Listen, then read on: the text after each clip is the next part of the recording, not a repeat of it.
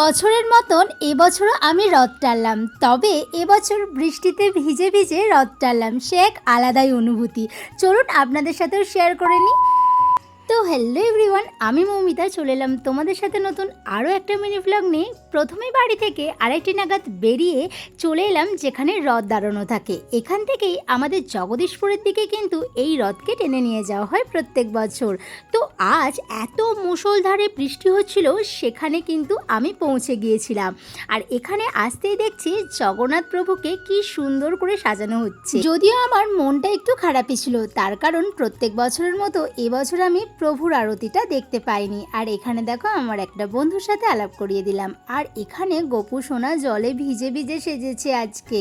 আর এই দেখো এটা কি বলো তো, তোমাদের সাথে আমি নারায়ণশিলা শেয়ার করে দিলাম, অবশ্যই দর্শন করে প্রণাম করে নিও।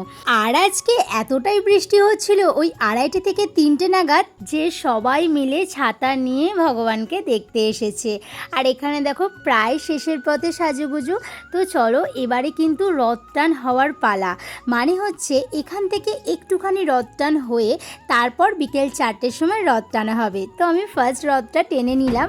তো আবার দেখা হবে সেই বিকেল 4টে, ওই 4:30 নাগাদ। তো চলো এখন ভগবানকে মন ভরে প্রণাম করে চলি, দেখা হচ্ছে বিকেলবেলায়।